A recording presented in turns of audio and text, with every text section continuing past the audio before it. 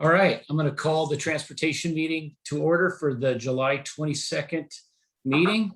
The first item of business is we have the approval of the minutes from the May 20th, 2020 meeting. Do I have a motion to approve? Moved. Do I have a second? Sure. All those in favor, say aye. Aye. Meeting's passed. So there, with that detail taken care of, Dan, do I want to turn it over to you? Or is there somebody else that'll lead the discussion? Yeah, Andrew's going to go through in detail basically the next 6-year transportation CIP, which there's also some crossover with some of the facility projects, mainly Bulkhead, Redondo. But I just wanted to kind of highlight the next 2 years, how much work we're doing from a contract value standpoint with when you take in the Bulkhead, which is both phases now. And then we were fortunate to receive some funding for the Redondo fishing pier, which we hope to be able to leverage that, and as well as work to get some funding for the Redondo restroom and our current major road project on 24th between 223rd and Kent Des Moines Road. That's 20 million right there in those 3 projects that are going to be happening over the next 2 years, which is I don't know if we've done that before. I mean, the Pack Highway project was pretty large, but that was sort of a single project. So a lot of money with those 3 projects that our staff will be working hard to deliver. But with that, and so I kind of want to make sure we sort of stay focused on the first couple of years of the 6 years and not really, we can go over every project, but some of the projects that are out there, 25, 26, 27, let's try to focus on the early projects if there's questions or concerns. So with that, Andrew, do you want to maybe walk through? And I think Jody's going to share her screen so that we can see that. There it is, or Andrew. Just sort of go through the projects. Go ahead, Andrew. Sure. Yeah. Good afternoon, everybody. Like Brandon said, this is the next CIP draft that I want to run through here. Feel free throughout each one of these projects. I'll try to go through them pretty quick here, leave a lot of room for questions where we can respond back to those. So feel free to stop me along the way. But just jumping right in here, the first project, the ADA compliance program, is our annual trip hazard removal / changing out curb ramps that are non-compliant. We're still planning on doing that every year moving forward. The next one is our guardrail program. We kind of go every other year on this one. We're going to be replacing some guardrail this year, possibly a little bit next year, taking a little break in 23. Then, like I said, every other year. So that's kind of an ongoing program we've got. The arterial street pavement preservation program. We've got a lot going on right now, as everybody knows. We've got the interlocal agreement with Highline up in North Hill, the interlocal agreement with Water District 54 for 8th, and an interlocal agreement with Lake Haven for the Lower Woodmont community. So a lot of work going on. Hopefully most of that will be complete this year.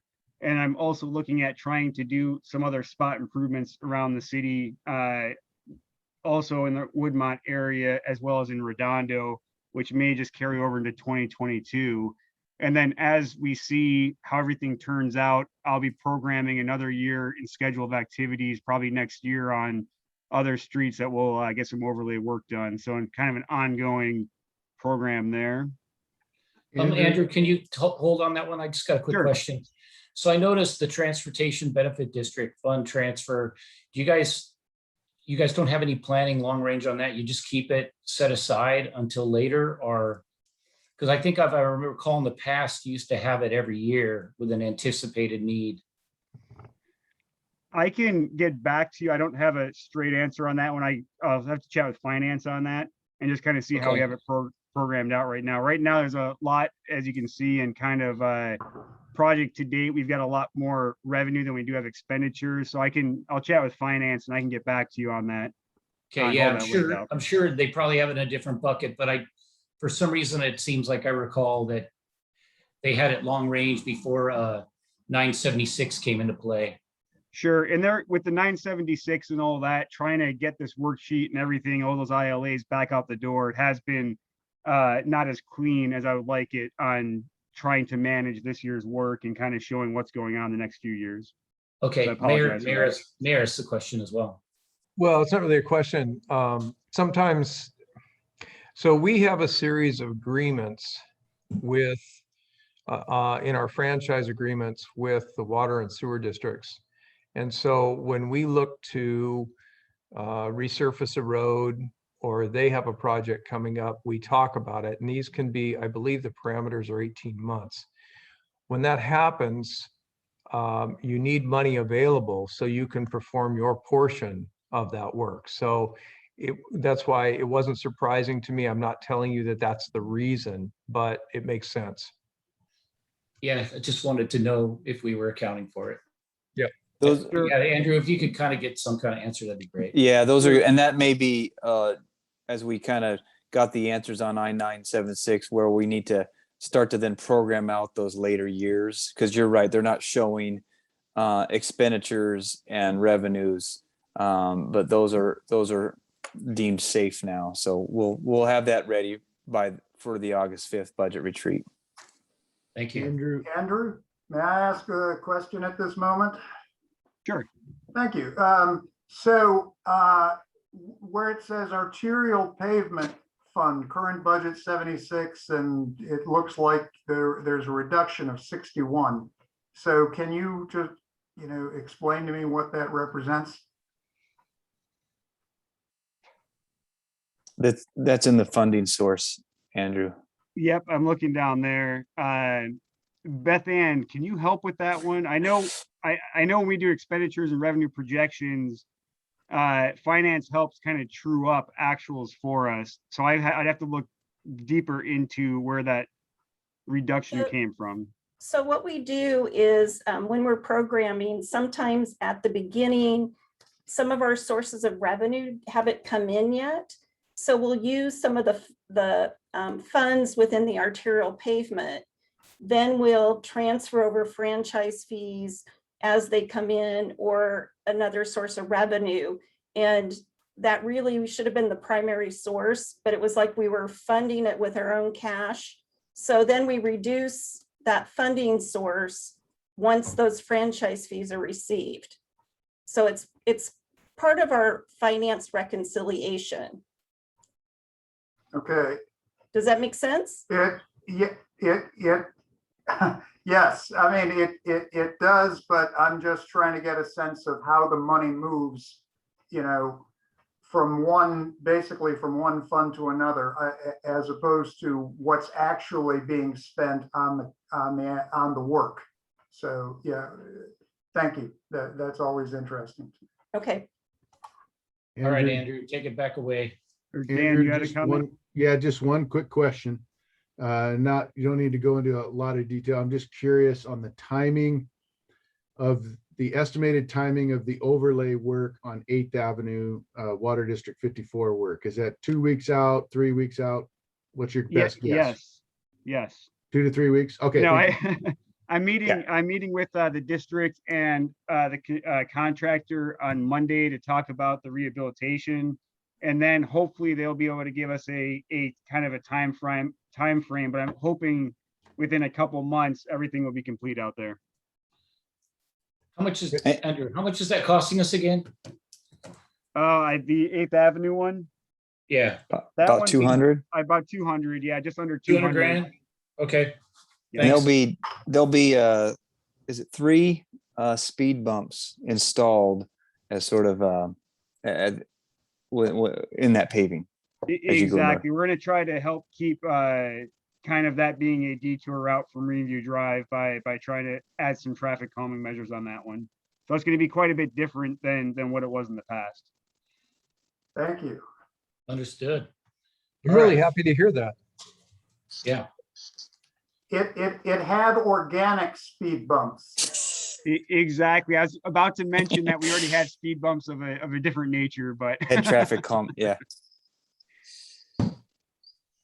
all right, the Redondo paid parking. This is a project that is still kind of slated to start kind of looking at in conjunction with, I think, the discussions we've had about how does this interact with the Redondo fishing pier and restroom project. So More to come on this, but I anticipate getting into the paid parking discussion a lot in 2022. Andrew, pause for a second. Council members, we know we've gotten a lot of interest in the Redondo parking lot recently, and we are looking at some other kind of operational things we could do in the meantime before we do some physical improvements associated with the fishing pier restroom location. So we're looking into some other kind of operational changes we might be able to make down there. The timing of this would be Yeah, good to do with the project, but what do we do between now and then? We're looking at that. that'll be appreciated. Thank you. All right. South 240th segment 3. These are some projects that are just going to kind of get pushed out quite a bit. This is Marine View Drive to 16th. So kind of the landmark on the sound kind of will guide how this project comes together. So that's quite a ways out. The 24th 208th Street intersection improvements, that's actually completed. I believe we're pretty much closed out with the contractor. So a great signal that went in up there. It's working well. Yay. The 224th Street improvements, it's another project we'll start looking at a little bit closer in conjunction with Sound Transit's work and what they're going to be finalizing for street improvements out there as well. Downtown alley improvements. Brandon, did you have any comments on this one? The spreadsheet is correct. We hope to complete that this year. Okay, that was going to be my question. Where are we? I noticed the power poles are still up So yeah, with the cable, looks like. Power has removed their lines, and usually when they do that, they cut the poles so the poles are shorter. And then Comcast has removed their lines. So what you see there is CenturyLink only, and so we're down to one property that Comcast will be installing some conduit at their expense, not the property owners. And when we can get everybody who was on CenturyLink over to Comcast, then Lumen or CenturyLink's free to what they call wreck out, where they take off that last cable, and then PSC will remove the 7 poles and pave. So that's the status. Okay, So it's expected to be fully repaved by the end of this year? That's yes. Okay, and silly question, but I mean, are there any expected changes in that roadway, other than resurfacing it? We've had some discussions about, are there things we could do to sort of move towards the alley enhancement, whether that be some surface treatment or different sort of urban features. So there could be a potential part 2 that we work on to sort of activate the alley. The agreement and contract, this specific project here is our agreement with Puget Sound Energy to get the power poles removed, power underground, utilities underground, and to pave it. So it won't prohibit or preclude us from doing additional improvements in the alley. okay, Mayor? The intent when this was all done was to create a walkable alley. I can see a bit of a challenge because there are some, like you can't pull into Creole Soul unless you can drive in on that alley. He doesn't have many parking places, but what kind of work are we going to do, if any, that kind of discourages that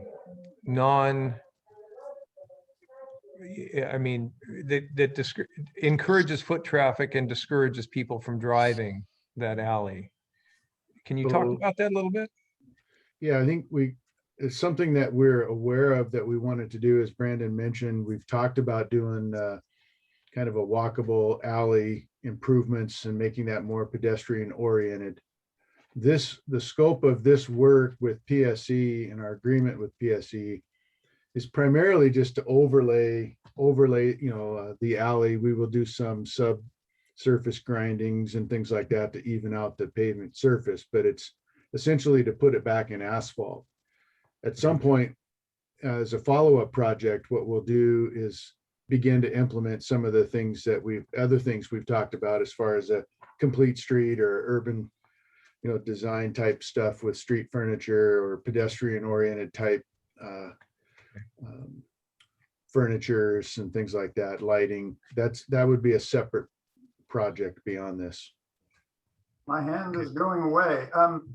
So not to, but like a post alley walkway is a very different thing from.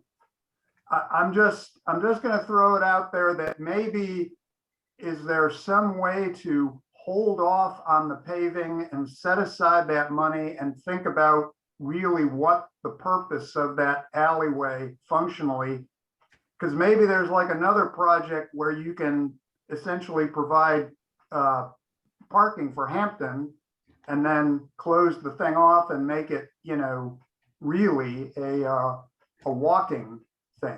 In other words, if the only reason to pave it is just so that he can have a parking space, maybe there's another thing. I don't want to get sidetracked here, but it just seems weird to pave. Keep in mind, we have different competing uses for that alley. There's service deliveries, there's solid waste. Has to access the alley. So we have a lot of different types of users that need that space at different times of the day. So that would be what we would need to look at. I certainly wouldn't recommend holding off on the paving. We get quite a few complaints about the condition of the road as it is. And, it would be good to get that surface redone. It doesn't mean that we can't come back in later on and do some other kind of surface treatments after the fact without, we can do that without kind of ripping up everything we've done. So. Well, and you need to I protect agree. everything that was changed and undergrounded. Yeah. Yeah, I'd agree. It has a primary role. Let's get it done, especially when the theater's there. It's going to be years before we consider what that is. And it'd be money well spent right now. Sorry. Loud cars. All right, next. Go ahead, Andrew. All right, Barn Street Trail project. We kind of took a little hiatus this year on that one from design efforts. But the one thing that happened this year is working with PSRC and FHWA, we were allotted a 1-year extension of our federal grants for right-of-way acquisition to implement to next year. So I anticipate getting back into further work and discussions on Barn Street Trail next year to try to get all that rolling forward again, as well as looking for opportunities to still leverage the Sound Transit System Access Fund grants that we're slated to receive as well for Barn Street Trail. Love the funding on that. Good job, guys. The 16th Avenue Segment 5A project is kind of slated still for a little bit of design here, kind of keeping track of developers with frontage improvements, but also to kind of look for grant opportunities. I kind of see this one lower priority, but kind of still on our radar. Wait, hold just 1 second. So Sure. I know that. So why would sidewalks be part of that particular thing? I can kind of help answer. I know that we worked with the developer there, and I know they changed name. I think it's called Havenwood, but a Pacific Heights, where we got a asphalt walkway on the west side, but there's still some pedestrian needs on the east side of 16th, south of 272nd. There's a very narrow shoulder and ditch sections, and so we had a broader, this is part of the broader CIP project that would kind of ideally take the improvements that you see on 16th north of 272nd south. We did some moderate improvements with new pavement and an asphalt walkway kind of in the interim with the developer, but that's why we keep this project here in our CIP. Does that help answer the question? Yeah, well, no, there's an obvious safety thing. No, it's just that, like, number one with a bullet with residents is always like, how come that thing got sidewalks and, I don't? So that's why I asked the question. So thank you. Yeah, and this particular, Councilmember Harris, this particular project has funding from a developer for that specific purpose. Thank you. The next project, the 24th Avenue South Improvement Segment 2. This is our big design project currently right now in partnership with TIB. So we're still moving along on this, hopefully to get to construction this summer to the fall next year, pending right-of-way acquisition and seeing how well that goes coming up. So that's one of our bigger high priority projects at the moment. Excited for that one. Yeah, it should be good. I'm looking forward to seeing that Well, corridor built out. Making that safer route or walkways big. Exactly. The Marieview Drive South 240th intersection improvements, we did that always stop out there. It's working great. So we've been kind of punting this project out a few years. Don't quite see a need yet to do anything out there. So just kind of kicking that one down the road.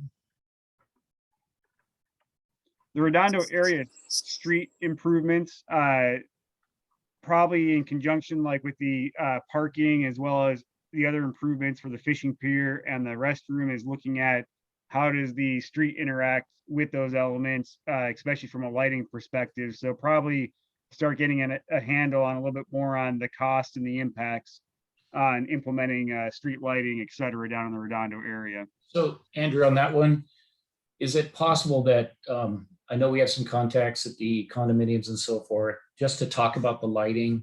There were some concerns about, it's a catch-22 because they obviously want to keep the area lighted to prevent shenanigans, but they also, I guess the night pollution, the light pollution that could be caused. So if there's any kind of, public engagement, please do that. Oh, you bet. And I've chatted with a couple of condos down there a few times this year already. And a lot of like this project in particular kind of it dovetails out of the Redondo parking management plan we finished a few years ago. That kind of highlights kind of here's where we would focus our attention on. And I've shared that with the condominium. So we have a good conversation going on now. But yeah, this project isn't more or less right now or next year to construct it. It's kind of doing the feasibility and having that discussion on here's what we would recommend to move forward with at some point in the future. All right, thank you. The South 223rd walkway improvements project, we still have this on our radar as well. This is another one that we kind of watch TIB for to help potentially help us put sidewalks on 223rd and get that corridor a little bit more formalized out there. So I'll still be keeping an eye on opportunities to move this one forward. The arterial traffic calming program, we've got some money this year, probably going to do a little bit more permanent radar feedback sign purchasing, probably get us 2 or 3 of them, taking a little break in 2022 due to kind of our transfer of funds with the bulkhead project. I believe it was a couple months ago when we came to council for that project, and ramping it back up in 23. So still working on this, but like I said, a little bit of a hiatus next year on it. And Andrew, I wanted to highlight too, because we did recently make a traffic control change, I believe, on 242nd. We had talked about a traffic circle, and with the like you mentioned, the pause and some of the funding to get the bulkhead over the finish line. I believe the always stop has that gone in there at 242nd? And yes, thanks for bringing that up. I completely forgot about that. We haven't actually had any comments, positive or negative, about our always stop. So we did on 242nd. Now there is an always stop to try to break that corridor up a little bit from a speeding concern issue. So I don't know if anybody's ever driven that lately, but hopefully it's working out well. Like I said, I haven't had comments yet on it, so I think it's a positive. I expected the mayor, the other day. Andrew, is there any, like, I don't know, website or book or something that demonstrates the value of these, you know, these, the speed LEDs or, you know, I mentioned that the city puts them in and they seem to actually work, and I get skeptical looks that they actually do anything. And so you know, I want to have something that points residents to say, no, here's the evidence, here are the studies that show that. Councilmember Harris, I know that my former employer, City of Bellevue, they did an actual pre and post study of the radar feedback signs. And I think the results were they found on average, you know, about 2 miles an hour. But I believe on the City of Bellevue's website, you might be able to find that. We can forward that to you. But there are some studies out there that show so proof, if you will, of pre and post speed studies showing the radar feedback sign effectiveness. Yeah, I mean, I see anecdotally, I mean, I see people slow down, you know, it's just that for whatever reason, people, you know, I'll say, well, what about putting this intervention in or whatever? And they look at you like, you know, come on, man. So, yeah, okay, great. I'll look that up. Thank you, sir. I would say the skepticism is just indicative of people that don't inherently understand, and I don't even know if they read it, that they would buy it. So you just have to see it. I think the only thing that really shows evidence is stats. Thank you. All right, the next project, the 200th and 199th Street improvements, or segment 1. This is the project we keep on chasing safe routes to school money through WashDOT on, and every round it becomes more and more competitive. So we're still going to keep chasing this. The next grant cycle will be, I believe we'll start working on it next year a little bit, and hopefully see if we can get an award for a start in 23. But like I said, the need every year is growing a lot more than the budget they've got, but still a great project, and I'd love to get some partnership on this one. Yeah, they could really use it up there. Andrew, just a quick question.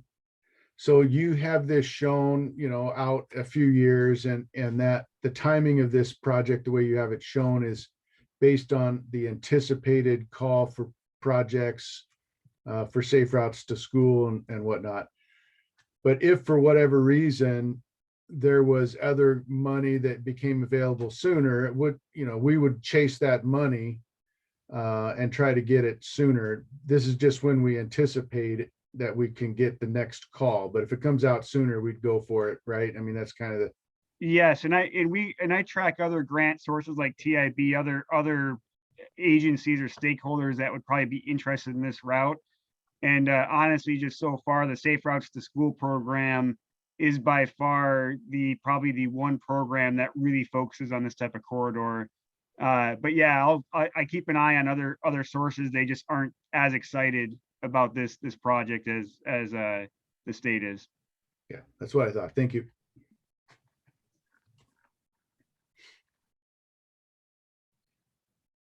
All right, the DMMD and South 200th Street signal improvements. This was our interlocal agreement with CTAC. That project is completed and it's working out very well out there. Yeah, that was a good one. And that sidewalk they have continuing on to the light rail is well on its way as well. Exactly. They're making, they've got some big impacts right now, and it's going to be a great corridor for pedestrians out there. We definitely benefited from that. Yes. The South 240th Street improvements segment 2. This is one that's kind of in conjunction with the Barn Street Trail, 240th between 16th Avenue and 20th Avenue South. And it's anticipated that we'll be submitting a grant application to TIB this fall for this project to try to construct this corridor, as well as build that segment of Barn Street Trail as well. So more to come on this, and I'm hoping we're successful on this with TIB coming up this fall.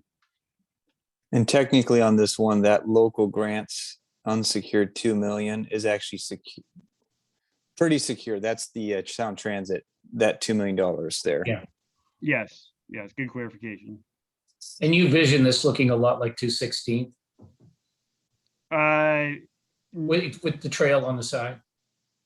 On the north side, yeah, a wider walkway on the north side. This was the one though that was really challenging to have a continuous two-way left turn, but there would be that, it would be the wide path on the north side and then sidewalk, bike lane on the south side, proper lanes, lighting, that kind of thing. Yeah. Yeah, Fantastic. we've performed a little bit of design work on it, and there's significant utility and right-of-way impact. So we've had to scale back a little bit on this project. But if we're successful or get an inclination of success, I'll be bringing this project back to the committee just to kind of review again as we move it forward. Great. College Way, did you want to speak about that, Brandon?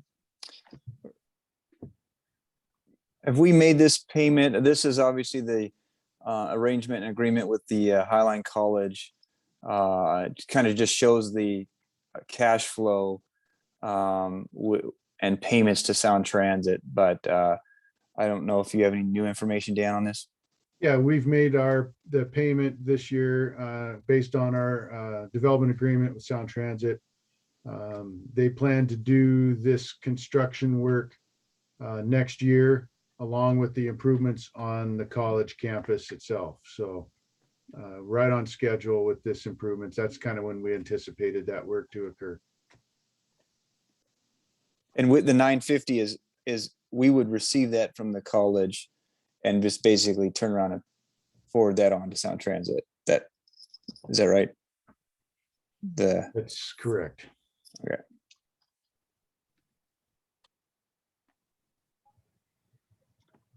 All right, Kent Des Moines Road, segment 2, another great project, pushing it way out there. This would be one that would require quite a bit of support, probably from the federal perspective.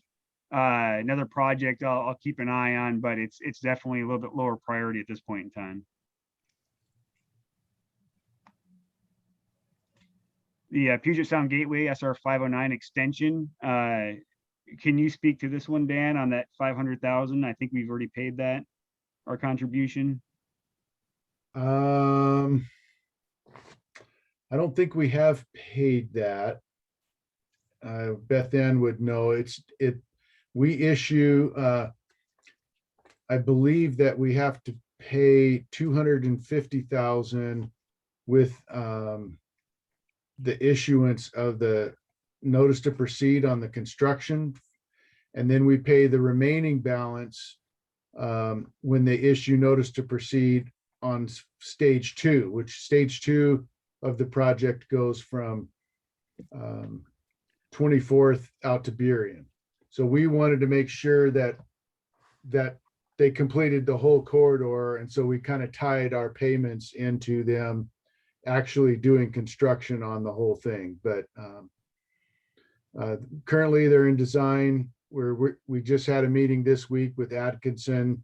They appear to be working well with us on our needs. And I believe construction is slated to start later this fall on this project. So they will start at the Kent Des Moines interchange and work their way north generally. So about the time that Kiewit finishes up, WashDOT will be busy working on the interchange. So it's just lots going on up there in that area for the next couple of years. So. All right, thank you, Dan.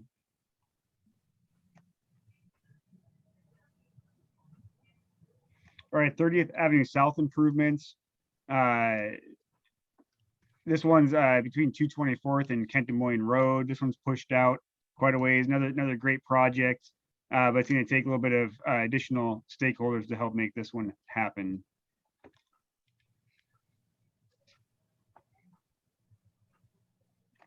So South 240th Street Improvement Segment 1. This is between 20th Avenue South and the city limits, or SR 99. Another great project in front of the college. This is one, we just kind of pushed this one out a little bit as well. And we'll be kind of eyeing any type of grants that may come up as the area develops. Andrew, I'm sorry, could you go back to the 30th Avenue thing just for a second? Again, this is just complete novice question, but I'm just, watching the area is starting to sort of, it's getting shabbier. It's in certain respects over time. And are there any kind of funding sources for basic environmental justice or, kind of things, downtrodden neighborhoods? I'm sorry to, put it like that, at a federal level for low income neighborhoods that we could be looking at. Because it just seems like there's a great need along that segment, just for some kind of neighborhood improvement. Yeah, I mean, there are, from a transportation perspective, there are grants, and a lot of the federal grants do have a lot of social equity criteria associated with that on how you score in grants. I'm sure there's other grants as well from an economic development or equity perspective, but I typically only focus on transportation. I can pass the question on to Susan, who may be able to provide a little more information to you, if that will work. Yeah, no, I'm sorry. I'm just thinking about that particular stretch, Well, yeah, anyway. and we do anticipate at the completion of the Sound Transit project, we have some agreements about pavement restoration and the damage, so to speak, of the hauling and work. And so you can see in there in the revenue lines, the funding sources, there's some anticipated revenue that would kind of help seed some design money once Sound Transit is done, as we review the condition of the road and so just FYI there. No, thank you. I'm sorry. I was just blue skying there. Thanks. We talked about 240 as segment 1. South 216 segment 3, we completed that project. Turned out fantastic. Completed the gateway project. So I'm really, really pleased and proud of what we're able to do on 216.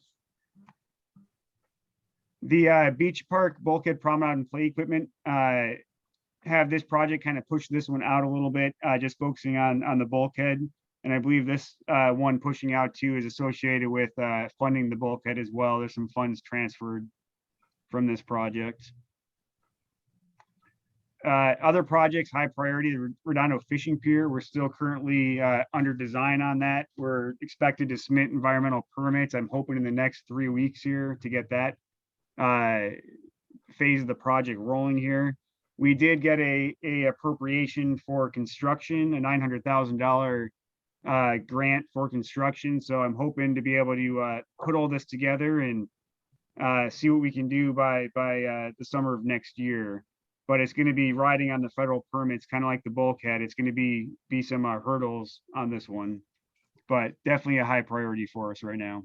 Andrew, do you have that latest appropriation shown here as a revenue source, or is that? It's combined with that 1.3 million. It says unsecured. It's a combination that we've got, I think 350 approximately for design that is secured, and the 900,000 is unsecured. We don't have a signed contract yet. Okay. I'll be Thank working you. with finance on that in the next couple of months to try to get that wrapped up. All right. Thank you. As part of the fishing pier as well, the bulkhead and plaza area, we will be finishing design on this one, but the construction on this will be pushed out just due to the cost and trying to find resources for this project as well. The Redondo restroom, we're currently under design as well on this one in conjunction with the bulkhead and the fishing pier. We will be looking for resources to help fund this one. It'll probably be $1 million to actually build and redo the parking around the restroom to make it all work. So I'll be kind of looking for like RCO grants and kind of keeping an eye on any opportunities to fund this restroom project. And real quick, Dan, is Michael going to be under admin report tonight discussing anything related to some funding maybe for these projects down in Redondo? Do you know, or is that slated for the? No, I don't think Yes. so. I think Okay. that would be something slated for down the road. I think an important element to point out here with the restroom project is, yeah, it's going to be, there's an expense to move it, but we have to move it. We can't permit it over the water like it's been. And in reality, we're going to get some offsets because it's really a mitigation element to the fishing pier itself. So it's by moving it, we'll be able to claim some mitigation, some improvements in that area. So Yeah, that's a good point, Dan. Right now with our environmental permitting strategy, just a little bit more detail if anybody wishes to know. We're chasing the fishing pier, and Dan's right, in that application to the feds, we're going to say that the restroom will be moved at a future date. But our design currently right now shows that the fishing pier will be able to get rebuilt, leave the existing restroom at its current location in a short-term interim period. And then as part of the federal permitting, we'll have to move it in the future.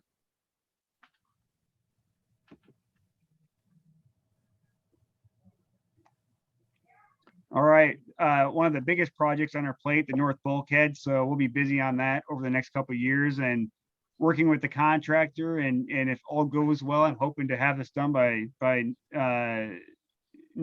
end of next year, which would be nice. There might be a chance, giving fish windows and the work at hand, it might roll over into 23 a little bit, but we'll just take it a day at a time here and see where it goes. 23rd, August 23rd. Yeah. August. What's that? When are they going What- to, is that, when they're going to start staging equipment?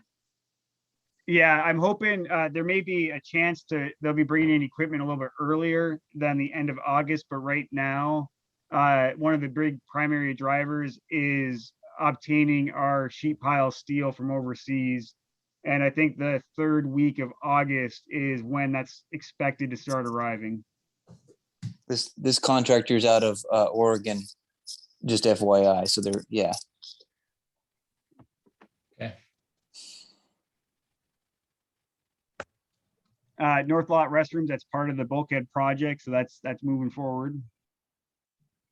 And that is all I have for the draft CIP budget for 2022/2027. So leave that up for any more questions or comments. Well, yeah, let's let Dan go first.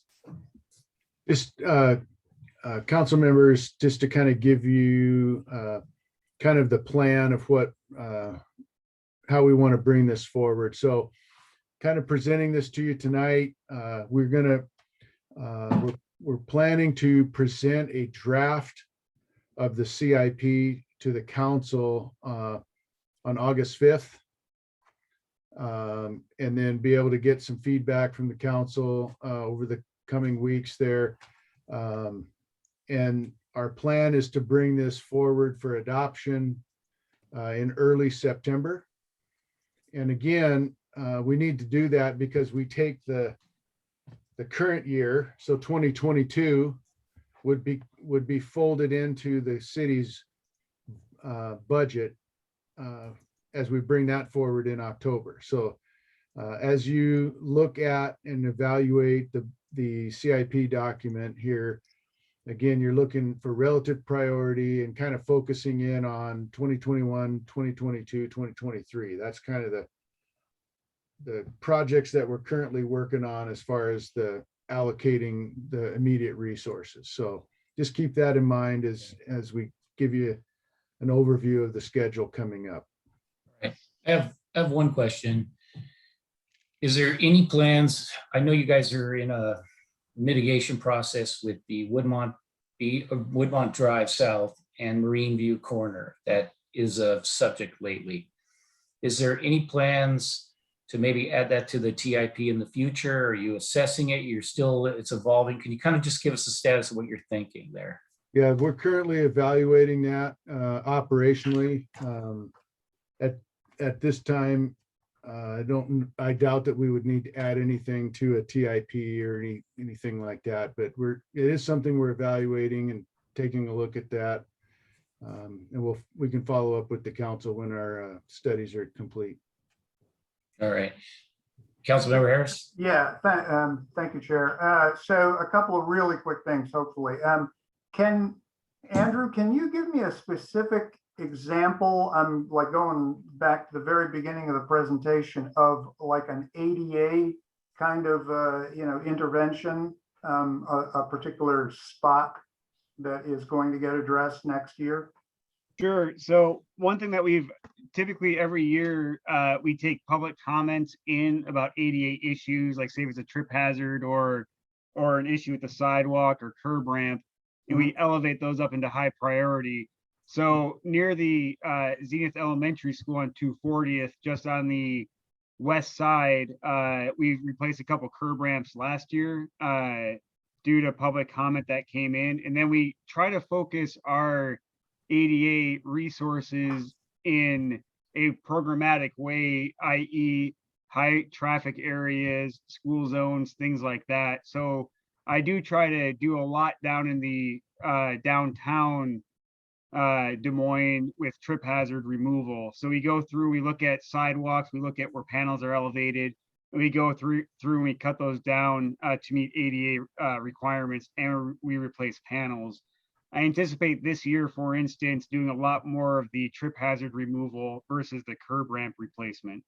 But with the allocated budget, we can only go so far. So we're really limited on what we can and can't do out there. No. I mean, it sounds great. I was just looking for instance, could you tell me, like, what was the lead time between when you received, complaint, what concern about that curb at 240th, and when it was able to be addressed? Was it like a year? Generally, yeah, 6 months, six to 8 months, typically in the winter time / the spring.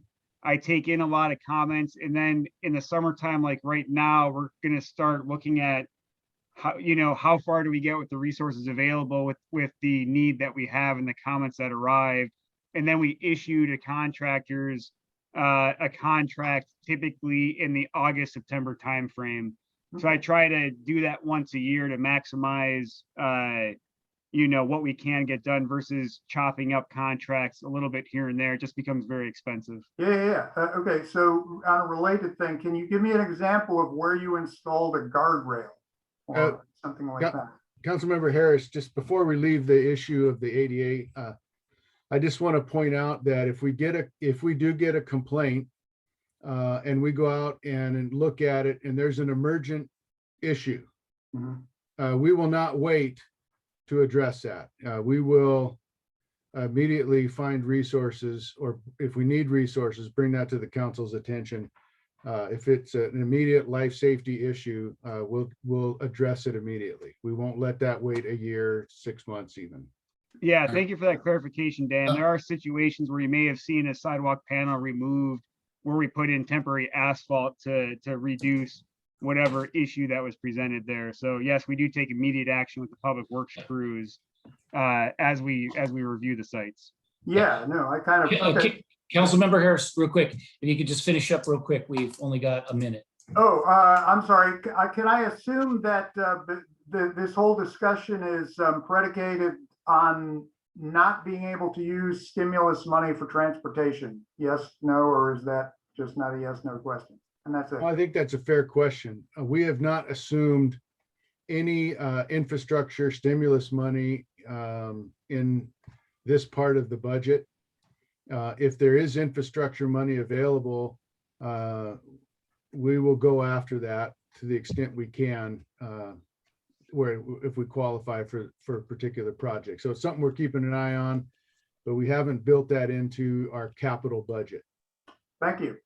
Okay, let's go ahead and close the meeting as we're at time. And I know there's another committee meeting right after this. So do I have a motion to adjourn this meeting? So moved. Seconded. All those in favor say aye. Aye. Want to appreciate staff's time. Great job, and keep up the good work. Everybody have a good day. Thank you so much.